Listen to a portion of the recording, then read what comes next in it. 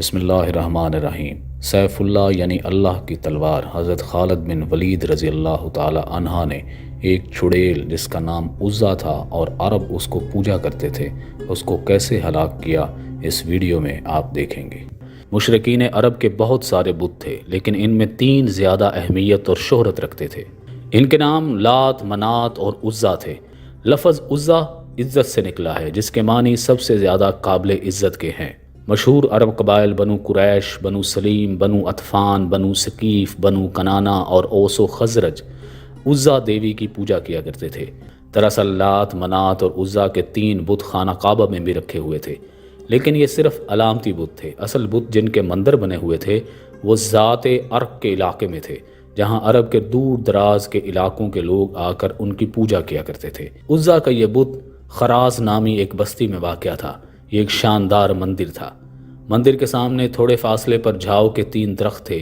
عربی میں ان درختوں کو اصل کہتے ہیں۔ یہ ایک صحرائی درخت ہوتا ہے جو اجاڑ اور بنجر صحراؤں میں پیدا ہوتا ہے۔ جھاؤ کے اس درخت پر عزا کا بسیرا تھا۔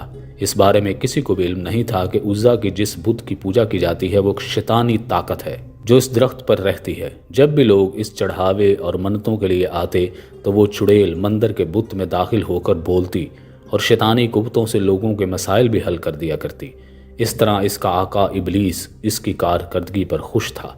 جب اللہ کے آخری نبی حضرت محمد صلی اللہ علیہ وآلہ وسلم کو مبعوث فرمایا گیا، آپ نے اللہ کی مدد سے فتح مکہ کیا تو کچھ دنوں بعد بتوں کی شامت آ گئی۔ خانہ کعبہ میں رکھے ہوئے بت توڑے جانے لگے اور سچے رب کا نور چمکنے لگا۔ خانہ کعبہ سے بتوں کو ہٹانے کے بعد مختلف دیہاتوں اور بستیوں میں بنے ہوئے مندروں کی باری آئی۔ جب مکہ کے تمام بت توڑے جا چکے تو 25 رمضان کو نبی پاک صلی اللہ علیہ وآلہ وسلم نے حضرت خالد بن ولید کو بلایا۔ انسانی تاریخ کا سب سے قابل ترین جرنیل حضرت خالد بن ولید کو عزا کی تباہی کا مشن سونپا گیا۔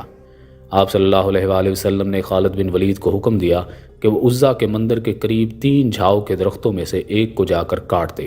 لہٰذا آپ حکم کی تکمیل کرتے ہوئے خراز بستی میں پہنچے۔ حضرت خالد بن ولید تیسرے درخت کے قریب اسے کاٹنے کی نیت سے پہنچے تو اچانک عزا نامی چڑیل آپ کے سامنے حاضر ہو گئی۔ وہ ایک خوفناک صورت والی برہنہ عورت تھی۔ وہ شعلے برستی آنکھوں سے حضرت خالد کو گھورنے لگی۔ اچانک مندر کا پجاری بلند آواز سے پکارا کہ بولا، عزا خالد کو قتل کر دے۔ اگر تو نے خالد کو قتل نہ کیا تو آج تو ذلیل و رسوا ہو جائے گی۔ عزا حضرت خالد کی جانب بڑھی۔ آپ نے تلوار نکالی اور اللہ کا نام لے کر عزا پر حملہ کر دیا۔ پہلے ہی وار میں عزا کا سر تن سے جدا ہو گیا۔ اس کے زمین پر گرتے ہی اس کا جسم جلنے لگا۔ تھوڑی دیر بعد آپ کے سامنے ایک کوئلے کا ڈھیر موجود تھا۔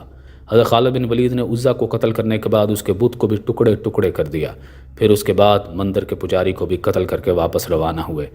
آپ نے واپس آ کر سارا واقعہ نبی کریم صلی اللہ علیہ وآلہ وسلم کو سنایا۔ اس پر آپ صلی اللہ علیہ وآلہ وسلم نے فرمایا، یہ عزا تھی، اب یہ ہمیشہ کے لیے ختم ہو گئی ہے، اس کی دوبارہ اب پوجا نہیں ہوگی۔ اس طرح صدیوں تک پوجا جانے والی یہ شیطانی طاقت کا خاتمہ نبی کریم صلی اللہ علیہ وآلہ وسلم کے حکم سے سیف اللہ یعنی خالد بن ولید کے ہاتھوں سے ہوا۔